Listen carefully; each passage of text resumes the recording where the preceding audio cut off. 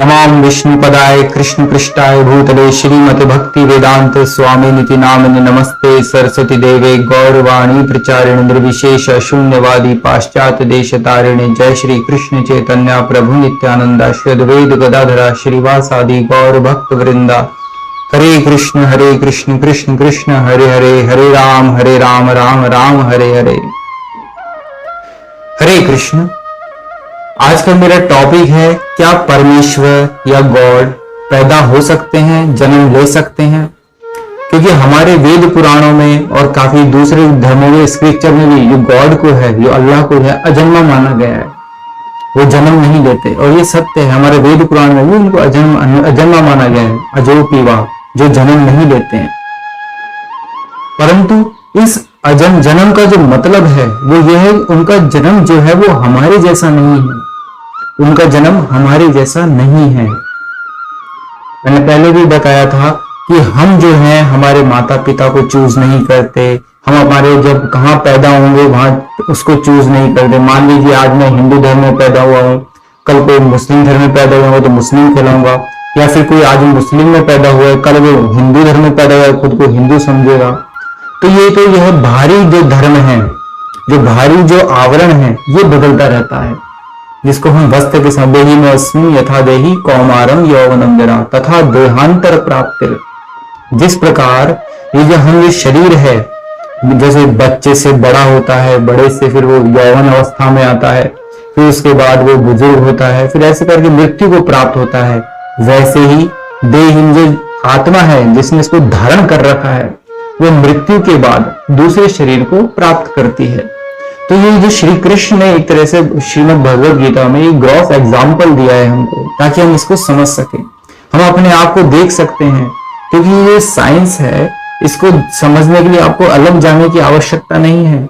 परमेश्वर ने गीता में जो साइंस बताई है वो आपका स्वयं का शरीर है, प्रकृति है, संसार है, और एकदम स्पष्ट है, कहीं कोई कंफ्यूजन नहीं है उसको समझने में। यदि आप गीता को पढ़ेंगे कि ये परमेश्वर की वाणी है, स्वयं परमेश्वर की वाणी है। परमेश्वर की वाणी में कोई कंफ्यूजन नहीं होता। यदि हम उसको एज इट इज लें, हाँ, खुद अगर इंटरप्रेट करें इन चीजों को, खुद अपने अपने मीनिंग निकालें, तो फिर अनर्थ का अनर्थ होता है। तो यहाँ पे हमारे वेद पुराणों में परमेश्वर को अजन्मा बताया गया है कि वो जन्म नहीं लेते हैं। परंतु जैसे मान लीजिए जिसको आप परमेश्वर बोल रहे हैं, उसके लिए इम्पॉसिबल टास्क कुछ नहीं है। जिसको आप गॉड बोल रहे हैं उसके लिए इम्पॉसिबल टास्क कुछ नहीं है। यदि हम उनको ये बोलते हैं कि आप पैदा नहीं हो सकते, मतलब आपने एक इम्पॉसिबल टास्क डाल दिया है, आप सब कुछ कर सकते हैं मगर आप पैदा नहीं हो सकते, इस धरती पर नहीं आ सकते, मतलब हम उनको रोक लगा रहे हैं। पैदा होना मतलब धरती पर आना, धरातल पे आना।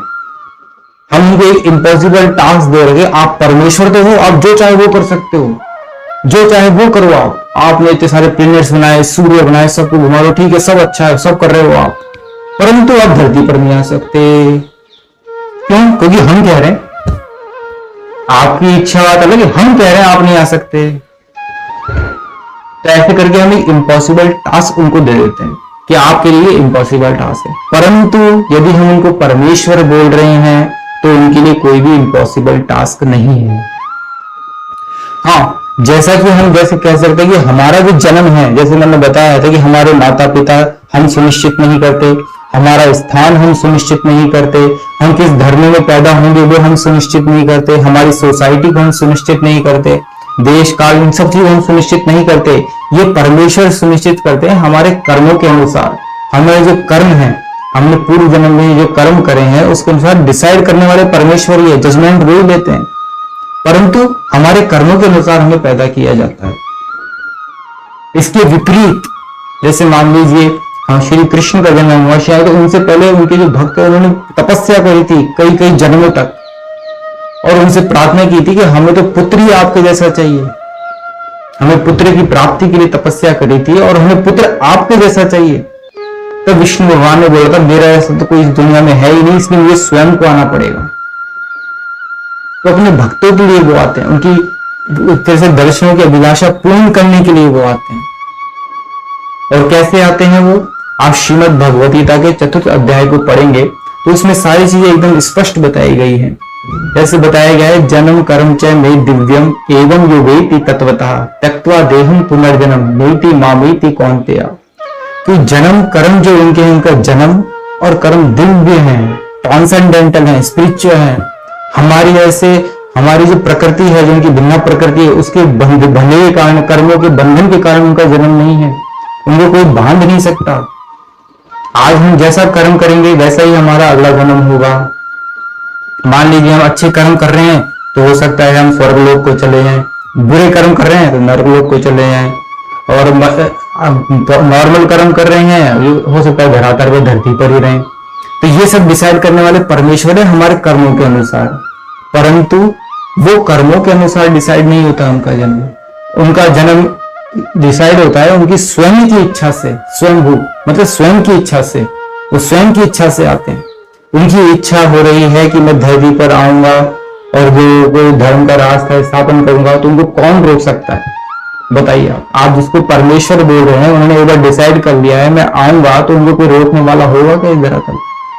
वहां पे हम अपनी फिलॉसफी झाड़ेंगे, आप तो पैदा ही नहीं हुए तो आप कैसे होगा? तो आप हमारे वेद पुराण पढ़ेंगे, उनके जितने भी शेड्यूल हैं वो सारे बता रखे हैं कि इस समय पे ये आएंगे, उनके माता पिता का नाम ये हुआ, त्रेता युग में श्री राम आएंगे, द्वापर में श्री कृष्ण आएंगे, कलयुग के अंदर कल्कि आएंगे और चैतन्य महाप्रभु कलयुग के प्रारंभ के अंदर आएंगे। तो ये सारी चीजें बता रखी है, पहले ही वेदों में वर्णित है सारी चीजें, उनके आने से पहले ही वर्णित है, गौतम बुद्ध के आने से पहले ही वर्णित है, 5000 साल पहले लिखे हुए थे। वैसे तो वेद जो है हमारे बहुत कई लाखों करोड़ों वर्ष पुराने हैं। इमं विवस्वते योगाम प्रोक्तवान वहम अव्ययम, मतलब विवस्वान मतलब सूर्य, सूर्य भगवान को श्री कृष्ण ने वही ज्ञान दिया था। विस्वान मनवे प्राहु, मनु, मनु जिससे मनुष्य शब्द आया है, मनुष्य शब्द मतलब मनुष्य प्रजाति जहां से आई है, वही ज्ञान श्री कृष्ण अर्जुन को दे रहे हैं। सह काल नियते महता योग नष्ट परम तपा, मतलब समय के, काल के, परिस्थिति के अनुसार जो ज्ञान छिन्न भिन्न हो गया था, टूट गया था, परंपरा टूट गई थी, एवं परंपरा प्राप्तम, जो प्राप्तम परंपरा टूट गई थी बीच रास्ते में, उसको दोबारा स्थापित करने के लिए श्री कृष्ण ने स्वयं अर्जुन को वही ज्ञान, अलग से ज्ञान नहीं दिया। देखिए जो सत्य होता है वो चाहे आप कैसी भी परिस्थिति में बोला जाए वो सत्य ही होता है। जैसे मान लीजिए आज मेरी 2 आंखें हैं, तो ऐसा नहीं है कि अर्जुन के 4 आंखें थी उस टाइम पे, या फिर किसी दूसरे मनुष्य की 8 आंखें थी उससे त्रिकाल में। ये एक सत्य है कि मनुष्य का जो शरीर है तब से लेकर आज तक वैसा ही चलता आ रहा है। 84 लाख योनिया में जैसी जैसी योनिया है वो शुरू के काल से थी हमारे वेद पुराणों के अनुसार। साइंस की जो थ्योरी है कि पहले मानव जो बंदर था उसके बाद बना, वो एक हाइपोथेसिस है, उसका प्रैक्टिकल प्रूफ नहीं है। हाइपोथेसिस है जो हमारे थोड़े से हमसे रिजल्ट देखे, जो हमने सब कुछ नहीं जाना है, हमने थोड़ा सा अनुमान लगा लगा के एक हाइपोथेसिस बना रखी है। तो हाइपोथेसिस मतलब होता है जिसका कोई प्रैक्टिकल प्रूफ नहीं होता। तो अगर जैसे मान लीजिए अगर हम बंदर से भी बन के आए हैं, तो एक जगह पे जहां पे बंदर पाए जाते हैं वहां पे बंदर पाए नहीं जाने चाहिए, तो मनुष्य मनुष्य होने चाहिए सब जगह पे, हर जगह पे। इवन आप समुद्र में चले जाइए, डेजर्ट में चले, वहां पे वेराइटीज ऑफ लाइफ मिलेंगी आपको, पेड़ भी मिलेंगे, पौधे भी मिलेंगे, सब चीजें मिलेंगी हर जगह पे। वेराइटीज, परमेश्वर की जो सृष्टि है वो वेराइटीज से है, फिलअप है, हर जगह पे वेराइटीज मिलेंगी आपको। तो आप ये नहीं कह सकते कि हम बंदरों से आए थे। हम 84 लाख योनियां एक साथ इस धरा पर श्री कृष्ण ने या परमेश्वर ने बनाई थी, और वो ही 84 लाख योनियां अब तक चलती आ रही हैं। तो मनुष्य प्रजाति के जो सबसे पहले थे मनु, वो सेम ज्ञान श्री कृष्ण ने उस समय उनको दिया था। अब वही ज्ञान अर्जुन को दे रहे हैं, क्योंकि वो समय और परंपरा के रहते खत्म हो गया था। तो जब श्री कृष्ण डिसाइड करते हैं कि वो धर्म की स्थापना के लिए, उस परंपरा को दोबारा स्टार्ट करने के लिए वो जब आएंगे, तभी वो आते हैं, वो डिसाइड कर रहे हैं। अब वो हमारा जो जन्म होता है वो हम डिसाइड नहीं करते, उनका जन्म वो स्वयं डिसाइड करते, यही तो परमेश्वर है। फिर परमेश्वर का मतलब क्या हुआ? परमेश्वर का मतलब ही यही है कि जो अपनी इच्छा के अनुसार आए जाए, उनको कोई रोकने वाला नहीं है। इसलिए उनको जन्म ही अवतार बोला जाता है। अवतार मतलब वो जैसे हैं वो वैसे आए हैं सृष्टि पर, वो अपना रूप बदल सकते हैं। अनादि अनंत रूपम, उनके अनंत रूप है। ऐसा कोई व्यक्ति होगा जो छोटे छोटे बच्चों में पूतना को मार रहा है, बड़े बड़े राक्षसों को मार रहा है, मतलब जो जैसे राजाओं को खत्म कर रहा था, जो बलशाली थे, एकदम शक्तिशाली थे। तो ये एक्स्ट्रा ऑर्डिनरी एक्टिविटीज है जो परमेश्वर के द्वारा ही की जा सकती है। और वो पैदा कैसे होते हैं, उनके जन्म धर्म स्पिरिचुअल तो है, उसी का ही इस चौथे अध्याय में बताया गया है। अजोपी, अजोपी मतलब होता है जो अजन्मा है, अजोपी सन अव्य आत्मा, उनका जो है अजन्मा है और उनका जो शरीर है अनश्वर है, जो नश्वर ही नहीं हो रहा है, तो वो दोबारा वो पैदा कैसे होगा। इस तथ्य को थोड़ा सा समझने का प्रयास कीजिए। वो अजन्मा है मतलब उनका जन्म नहीं होता है, अव्य आत्मा, उनका शरीर है नश्वर नहीं होता है। उनका जो शरीर बताया गया है हमारे सच्चिदानंद विग्रह बताया गया है, जो सदैव सत्य और चित्त और आनंद से फिलप रहता है, परिपूर्ण रहता है। तो उनका शरीर ना तो खत्म हो रहा है ना पैदा हो रहा है। अजोपि सन अव्य आत्मा भूता नाम ईश्वरोपि सन, मतलब सारे लोग जितने भी समस्त जीव हैं उनके ईश्वर ही वही हैं। ना तो वो पैदा होते हैं ना उनका शरीर, वही बात है अजन्मा, यहाँ पे अजन्मा, ना तो वो पैदा होते हैं ना उनका शरीर नश्वर होता है, शरीर खत्म नहीं होता उनका। इवन जो श्री कृष्ण थे, जब ग्रैंड मतलब दादा थे, पड़पोते होते थे उस टाइम पे जब महाभारत का युद्ध हुआ था उस टाइम पे, लेकिन नव यौवनम च आदेव पुराण पुरुष है, मतलब पुराण पुरुष सबसे पुराने पुरुष वही है जिनसे सबकी सृष्टि का आदि हुआ है। नव यौवनम च, परंतु फिर भी उनका यौवन से आगे नहीं जाते, वो बुजुर्ग नहीं होते, बस नव यौवन अवस्था तक ही रहते हैं, उससे ज्यादा उनकी उम्र नहीं जाती। तो श्री कृष्ण का जो शरीर है वो जो है, जो उनका जो ट्रांसेंडेंटल शरीर है, उनका जो शरीर हमारे जैसा नहीं है। हमारा शरीर नश्वर है, एक समय परिस्थिति, समय की पीरियड के लिए हमको दिया गया है, एक टाइम पीरियड के लिए हमको दिया गया है, उसके बाद इसका नश्वर होना निश्चित है। चाहे कोई हो, चाहे बड़े से बड़ा राजा हो, चाहे छोटे से छोटा रंग हो या चींटी हो, सबका शरीर नश्वर है। परंतु श्री कृष्ण का शरीर नश्वर नहीं है, सच्चिदानंद विग्रह है। अजोपि सन अव्यय आत्मा भूता नाम ईश्वरोपि सन, प्रकृति स्वयं अधिष्ठाय, उनकी जो प्रकृति है स्वयं की प्रकृति है, प्रकृति है जो स्वयं की प्रकृति है। हमारी जो प्रकृति है भिन्न प्रकृति है, इनकी सेपरेटेड एनर्जी है। भूमि रपो नलो वायु खम मनो बुद्धि रेवच अहंकार इत्यम मन्य भिन्ना प्रकृति अष्टधा, ये 8 प्रकार की प्रकृति से ही शरीर बना है, पूरी सृष्टि बनी है। आप देख लीजिए, धरती, आकाश, जल, वायु, आग, ये 5 तो हमारे भौतिक तत्व हैं। इसके बाहर क्या है, हमारी पूरी सृष्टि इसी में आ जाती है। धरती है, हमारा खुद का शरीर देख लीजिए, सृष्टि को भी, प्रकृति, बाहर की प्रकृति को भी हम छोड़ देते हैं, हमारे खुद के शरीर को भी देख लेते हैं, तो ये शरीर धरती का बना है, कैल्शियम मिनरल्स वगैरह हैं इसके अंदर। आग है, एंजाइम है, एक्सोथर्मिक एक्टिविटीज होती है, स्टोमक में पाचन प्रक्रिया होती है, सब हीट से होती है, गर्मी से होती है, उन सबको पचाने का काम करता है, तो वो आग है। नल, पानी है ही हमारे शरीर में, सबको पता ही है, तो यूनिवर्सल ट्रुथ है। सिलोमिक एक्टिविटीज, बहुत सारी कैविटीज हैं हमारे अंदर बॉडी में, सिलोमिक कैविटीज, आकाश, वायु, वायु है। तो ऐसे करके ये 5 भौतिक तत्व से शरीर बना है। इसके अलावा 3 सूक्ष्म तत्व और है, मन, बुद्धि, अहंकार। तो ये 8 प्रकार की प्रकृतियां हमारी गीता में बताई गई है। जो मन है, जो फटाफट हमारे जो विचार आते रहते हैं, इवन साइंस के अंदर जैसे मान लीजिए विचार का जो बताया मेनली हिप्पोकैम्पस को बताया जाता है, लेकिन हिप्पोकैम्पस तो उनका एक बाहरी यंत्र है। मन जो है उससे ज्यादा सूक्ष्म बताया गया है, जो उसको कंट्रोल करता है। जैसे मान लीजिए मैं गाड़ी में बैठा हूं, मैं एक्सीलेटर देता हूं तो इंजन घूमता है, तो ये पता लगाता है कि इंजन जब घूमता है तो गाड़ी चलती है। तो हमारे जो साइंस है वो हिप्पोकैम्पस तक ही सीमित है, जो उसको हम ग्रॉसली देख सकते हैं।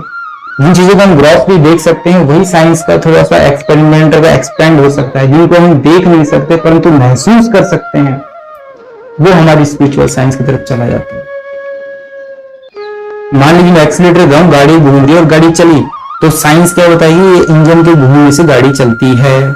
ऐसे हमारे हिप्पोकैम्पस में जो एक्टिविटीज होती हैं उसके अनुसार हमारे थॉट्स की एक्टिविटीज क्रिएट होती है, परंतु उसका जो सूक्ष्म कॉज है, जो सटल कॉज है, वो हमारा मन है, जो सदैव कुछ ना कुछ थॉट प्रक्रिया उसके हिसाब से चलती रहती है। जैसा हम विचार, जैसे हमारी मनोवृत्तियां, जैसा हमारा सूक्ष्म अहंकार है, उसके हिसाब से हमारी मनोवृत्तियां चलती रहती हैं, हमेशा चलती रहेंगी। उससे सूक्ष्म होती है बुद्धि, और बुद्धि से सूक्ष्म होता है अहंकार, कि मैं कौन हूं, मैं ये शरीर हूं, मैं यहाँ पे पैदा हुआ हूं, मेरी सोसाइटी ये है।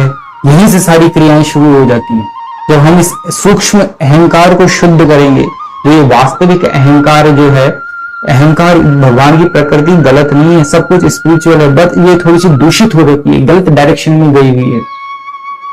जब हमें इस चीज का एहसास होगा कि हम परमेश्वर के दास हैं, यही हमारी वास्तविक आइडेंटिटी है, तो उसके बाद हमारी बुद्धि है कि बुद्धि योगम ददामि अहम, उसकी बुद्धि फिर परमेश्वरी अटैच करते हैं, उससे फिर मन की प्रक्रियाएं क्रिया होती है, फिर मन आपका मित्र बन जाता है। जब आपका मन मित्र बन जाता है और ये सारी सूक्ष्म एक अलाइनमेंट में आती है, तो आपका शरीर भी स्पिरिचुअलाइज हो जाता है। स्पिरिचुअलाइज मतलब होता है कि वो अपने वास्तविक स्वरूप में है, जिस स्वरूप के लिए सृष्टि बनाई गई है, उस स्वरूप में आ जाता है। तो हमारा जो ये शरीर है, इस टाइम पे जब वो आध्यात्मिकता में नहीं लगा है, उससे पहले का जो शरीर है, वो एक तरह से इस भिन्ना अष्टधा प्रकृति से बना हुआ है, जो परमेश्वर की सेपरेटेड एनर्जी है। इसको एक्सटर्नल एनर्जी बोला जाता है। परंतु यहाँ पे श्री कृष्ण बोल रहे हैं प्रकृति स्वयं अधिष्ठाय, उनकी स्वयं की प्रकृति के कारण, प्रकृति में रहते हुए वो आते, वो उनकी स्वयं की प्रकृति है। ये सेपरेटेड एनर्जी, हमारा जो शरीर है, इन्हीं अष्ट धातुओं से बना हुआ है, इससे बाहर नहीं है। परंतु उनकी जो प्रकृति है वो इन अष्ट धातुओं से नहीं है। जब ये अष्ट धातुओं से बना है, तो इसका नाश होना निश्चित है। इन अष्ट धातुओं में ही नश्वरता आती है। जहां तक हमारा जो वास्तविक स्वरूप में आत्मा है, और आत्मा नैनम छिंदंती शस्त्राणी नैनम दहती पावका, आत्मा स्वयं ही नहीं मरती है। तो हमारा जो वास्तविक स्वरूप है वही अजन्मा है, हमारा जो वास्तविक स्वरूप है वही अनश्वर है। तो हमारा जब हम वास्तविक स्वरूप में जब आ जाएंगे, तो हम श्री कृष्ण के वास्तविक स्वरूप को ही समझ पाएंगे, या फिर हम श्री कृष्ण के वास्तविक स्वरूप को समझ लेंगे तो हमारा स्वरूप स्वतः ही आ जाएगा। इसका एग्जाम्पल प्रभुपाद जी बहुत सुंदर देते हैं। मान लीजिए हम अंधेरे में हैं, हम अपने आप को खोजने का प्रयास कर रहे हैं, परंतु यदि हम सूरज के पास चले जाए, सूरज को देखें, तो हम स्वयं को स्वतः देख लेंगे। ऐसे ही यदि हमें परमेश्वर तत्व का ज्ञान हो जाता है, तो स्वयं का ज्ञान उसमें सम्मिलित रहता है, अलग से प्रयास करने की आवश्यकता नहीं पड़ती। तो यहाँ पे श्री कृष्ण बोल रहे हैं प्रकृति स्वयं अधिष्ठा है, उस स्वयं की प्रकृति में स्थापित होते हुए आते हैं। उनकी प्रकृति अलग नहीं है। श्री कृष्ण की आत्मा और शरीर अलग अलग नहीं है। हमारा आत्मा और हमारी शरीर अलग अलग है। उनकी आत्मा और शरीर में कोई डिफरेंस नहीं है। इसी को बोलते हैं सत्य चित्त आनंद विग्रह। तो श्री कृष्ण का जो शरीर है वो हमसे डिफरेंट है। तो प्रकृति स्वयं अधिष्ठाय संभवा में आत्ममाया, और स्वयं की एक इंटरनल एनर्जी के थ्रू वो उसके थ्रू आते हैं। योग माया, जो ये माया है, त्रिगुणात्मक जो माया है, सत्वगुण रजोगुण और तमोगुण जो चल रही है, हमारी ये प्रकृति से बना हुआ ये शरीर है, अष्ट धातुओं से बना हुआ ये शरीर है, इसको कंट्रोल करती है परमेश्वर की महामाया। रजोगुण, तमोगुण और सत्वगुण, इन तीन गुणात्मक शक्ति ही हमें कंट्रोल करती है। परंतु आगे श्री कृष्ण बोल रहे हैं संभवा में आत्ममाया, उनकी जब वो जब आते हैं तो वो इस माया के कंट्रोल में नहीं रहते। हमारे अंदर क्या होता है, हम ना चाहते हुए बहुत सारी एक्टिविटीज कर देते हैं, ना चाहते हुए भी संसार में युद्ध हो रहे हैं, ना चाहते हुए भी लड़ाइयां होती हैं, ना चाहते हुए भी गृह कलेश हो जाते हैं, ना चाहते हुए भी लोग आपस में मर रहे हैं, लड़ रहे हैं, सारी चीजें कर रहे हैं, ना चाहते हुए गलत हरकतें हो जाती हैं। क्यों? क्योंकि हम चाह नहीं रहे हैं, लेकिन हमसे हो रहा है, तो मतलब कोई ना कोई दूसरा है जो कंट्रोल कर रहा है। वो है मन, बुद्धि और अहंकार। मन को कंट्रोल करने के लिए त्रिगुणात्मक शक्ति है, त्रिगुणात्मक माया है, जिसने हमको कंट्रोल में कर रखा है। जब हम इसको डिटेल में समझेंगे, तो इसमें बताया गया, गीता को एक तरह से मैनुअल बताया गया इस मनुष्य शरीर का। जब आप मैनुअल, जैसे मान लीजिए जब आप टीवी खरीदते हैं या कोई भी ऐसा इलेक्ट्रॉनिक आइटम खरीदते हैं जिसके बारे में आपको जानते नहीं है, तो सबसे पहले आप उसका एक मैनुअल खोलेंगे ताकि उसको छेड़छाड़ खराब ना कर दें। इसलिए परमेश्वर ने इतना बहुमूल्य शरीर, मनुष्य शरीर आपको दिया है, परंतु आप उस जो मैनुअल है गीता को पढ़ने का प्रयास नहीं करते, समझने का प्रयास नहीं करते, यही गलती कर देते हैं। तो इसको समझने का प्रयास करिए, डीपली समझने का प्रयास कीजिए। तो ये श्री कृष्ण की जो है, जब वो आते हैं उस संभव में आत्म माया, उनकी जो माया योग माया उसमें आते हैं। एवं उनके जो डिवोटीज होते हैं, उनके जो भक्तगण होते हैं जो साथ में आते हैं, वो भी योग माया के ही प्रभाव में रहते हैं, ताकि उनकी लीला को एक तरह से स्मूथली करा कर किया जाए। यदि यशोदा मैया को पता होता है कि श्री कृष्ण परमेश्वर हैं, तो उनके अंदर जो वात्सल्य जो भाव है वो उत्पन्न नहीं हो पाता। तो वो जो विस्मृत किया जाता है, वो श्री कृष्ण की लीलाओं को और भी एक तरह से वो स्वादिष्ट करने के लिए या रसमय बनाने के लिए किया जाता है। वो योग माया का काम है। और महामाया का काम क्या है? श्री कृष्ण को विस्मृत कर देना और स्वयं के अहंकार की पुष्टि करते रहना, और उसके कारण अहंकार की पुष्टि करते करते करते नरकगामी एक्टिविटीज में और नरकगामी की तरफ सारी हमारी जो एक तरह से हमारा रास्ता है वहां पे एक तरह से पुष्ट होता है। इसके विपरीत योग माया को उल्टा काम है, वो अगर विस्मृति भी कराती है तो श्री कृष्ण की स्मृति को और तीव्र करने के लिए। अगर वो विस्मृत भी हो रहा है कि यशोदा मैया वो श्री कृष्ण परमेश्वर हैं, लेकिन वो श्री कृष्ण के बारे में और भी अगर डीपली सोचती है इस विस्मृति के कारण, तो उनकी विस्मृति भी स्मृति को बढ़ाती है। ये योग माया, ये आत्म माया है, संभवा में आत्म माया है। वो प्रकृति के कंट्रोल में नहीं है, उनकी भक्त भी और स्वयं श्री कृष्ण भी। वो त्रिगुणात्मक जो माया है उसके कंट्रोल में नहीं रहता, उसके कंट्रोल में हम लोग हैं। हम लोगों से हमारा जो मन कंट्रोल में नहीं होता। श्री कृष्ण ऐसे नहीं है, वो परमेश्वर तत्व है, वो तो मन को बनाने वाले हैं। मन मोहना, वो तो मन को मोहने वाले हैं। तो ऐसे हमारे श्री परमेश्वर हैं, ऐसे हमारे श्री कृष्ण हैं। इन तत्व को समझना होगा। और ये कहना कि परमेश्वर अजन्मा है, यस परमेश्वर अजन्मा है, बिल्कुल सत्य है, अजन्मा है, परंतु इसका मतलब ये है उनका जन्म जो है हमारे जैसा नहीं है। परमेश्वर निराकार है, बिल्कुल सही है, परमेश्वर निराकार है, इसका मतलब ये है उनका आकार हमारे जैसा नहीं है, उनका आकार हमारे जैसा नहीं है। उनका जो स्वरूप है वो ट्रांसेंड है, स्वयं की प्रकृति में स्वयं अधिष्ठा है, स्वयं की प्रकृति द्वारा बनाया गया है, इस अष्ट धातुओं का बना हुआ नहीं है।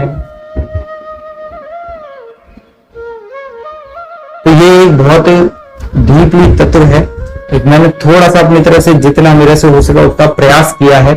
आगे मैं और मेरे अंदर जो परमेश्वर की तत्व से जो श्री कृष्ण, मैंने इसको कहीं लिखा नहीं है, मैंने ऐसा कोई रिहर्सल वैसे कुछ नहीं करा। जो परमेश्वर ने अपनी तरफ से बुलवाना चाहा वही बोला है, और आगे भी मैं वही बोलता रहूंगा। जो परमेश्वर चाहेंगे, जो परमेश्वर चाहेंगे वही बोलूंगा। तो जितना उन्होंने बोला आज मैंने बताया है, आपको बताने का प्रयास किया है। और मेरा भी आपसे यही प्रार्थना है, आप इसको समझने का प्रयास करें। जब आप प्रयास करेंगे और साथ साथ हरे कृष्ण महामंत्र का जप करेंगे, 4 पापों से दूर रहेंगे, और स्त्री संग, शराब, मांस और ये गैम्बलिंग, जुआ, इन चारों से दूर रहिए। हरे कृष्ण महामंत्र का जप करिए और फिर गीता का पाठ करिए। और प्रभुपाद जी के जो लेक्चर्स हैं आजकल इंटरनेट पे सब कुछ मौजूद है, लेक्चर सुनिए। उनकी वाणी बहुत जरूरी है। हो सकता है वो चीजें आपको समझ में ना है, परंतु उस वाणी जो है वो आपको एक तरह से आपकी आत्मा को जगाने के लिए पूर्णतः सक्षम है। क्या होता है, जैसे मान लीजिए कमरा है, कमरे में मैं बंद हूं, तो बाहर से कोई मेरे को देख नहीं सकता, ना मैं इसको देख सकता हूँ ना उसको देख सकता हूँ। हमारी जो आंखें है वो त्रुटिपूर्ण है, हम सारी चीजें नहीं देख सकते, परंतु कोई आवाज लगाएगा तो वो सुनाई दे जाएगा।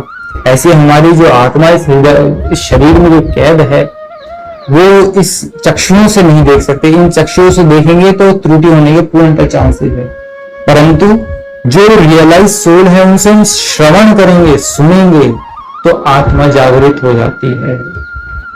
श्रवण आदि शुद्ध चित्ते करे उदय। उस प्रेम को उदय कैसे करना है? सिर्फ और सिर्फ श्रवण से। श्रवण किससे? हर किसी से श्रवण नहीं करना है, ये आपको तय करना है आपको किससे श्रवण करना है। जो रियलाइज सोल है, जिन्हें परमेश्वर तत्व को समझा है, जिन्हें परमेश्वर तत्व की प्राप्ति कर रखी है, उनसे जब आप सुनेंगे तो उसका जो इफेक्ट आएगा, जो आपका नित्य सिद्ध कृष्ण प्रेम, जो आपका जो कृष्ण प्रेम का जो खजाना है, जो आपके हृदय में, वो उदय होगा, उसका उदय होगा। श्रवणादि शुद्ध चित्त, आपका हृदय शुद्ध होगा और आपका जो मनुष्य जीवन, जिस कारण के लिए मनुष्य जीवन मिला है, एक तरह से उसका जो लक्ष्य है वो पूरा हो जाएगा।